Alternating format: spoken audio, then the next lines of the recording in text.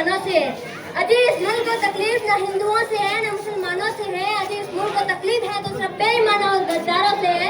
अजी इस मुल्क को तकलीफ है तो सिर्फ बेईमानों और गद्दारों से है। कबूल मत करना इस लिफाफा की परी समझ को।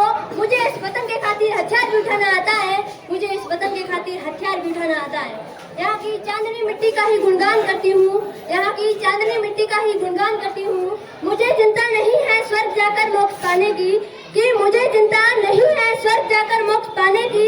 बस तिरंगा हो कफन मेरा यही अरमान रखती हूँ। बस तिरंगा हो कफन मेरा यही अरमान रखती हूँ। परम सम्माननीय मुख्य अतिथि महोदय, आदरणीय प्रधानाचार्य महोदय, गांव से पधारे हुए ग्रामवासियों एवं मेरे देवता तुल्य गुरुजनों एवं मेरे छोटे एवं बड़े भाइयों और बहनों, मैं नम्रता जहांगीर क्लास 11 साइंस आज आप सभी के सामने गणतंत्र दिवस के उपलक्ष्य में मैं अपने विचार आप सभी के सामने साझा करना चाहूंगी कि राष्ट्र निर्माण एवं देशभक्ति है क्या। तो मुझे आज खुलकर बोलना है और आप सभी को समझकर सुनना है। आप सभी को समझकर सुनना है। मैं नहीं मानती कि राष्ट्रगान के 52 सेकंड में खड़े होकर या वंदे मातरम के जोरों शोरों से नारे लगाने देशभक्ति है, क्योंकि महोदय ये वो स्थिति है जहाँ नीति नियम और नैतिकता जैसे मूल्यों की धज्जियां उड़ाते लोग नजर आते हैं। ये वो स्थिति है जहाँ सत्य, अहिंसा, सदाचार एवं सादगी एवं स्नेह जैसे मूल्यों की कोड़ियों के भाव बेचते लोग नजर आते हैं। महोदय ये वो स्थिति है जहाँ एक ही घर में दो सगे भाई बड़ी मुश्किल के साथ जीते नजर आते हैं।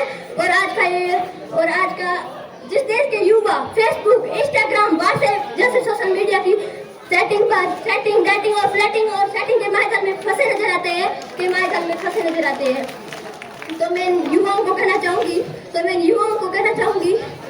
कि ओ बहुत निद्रा में सोने वाला अभी वक्त है तुम जाग जाओ। ओ बहुत निद्रा में सोने वाला अभी वक्त है तुम जाग जाओ। इससे पहले कि तुम्हारी नींद कहीं इस राष्ट्र को नाले डूबे, एक सैनिक बनकर सेना में जाना ही देशभक्ति नहीं होती।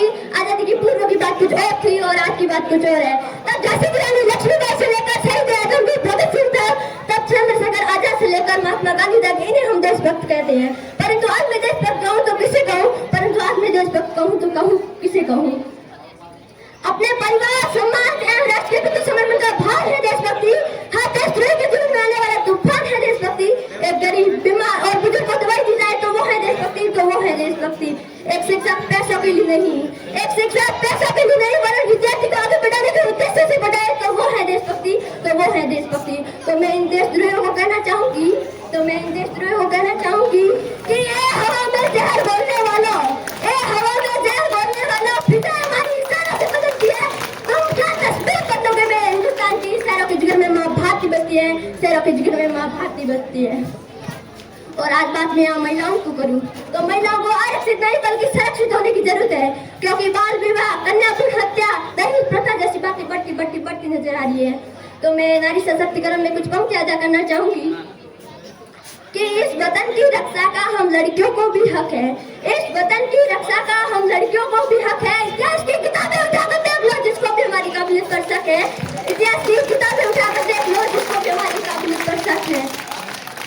किसी के लिए कुर्सियां लाई हूँ तो किसी के लिए काली परछाई हूँ। मैं भी अपनी वतन की रक्षा के खातिर कंधे से कंधा मिलाने आई हूँ।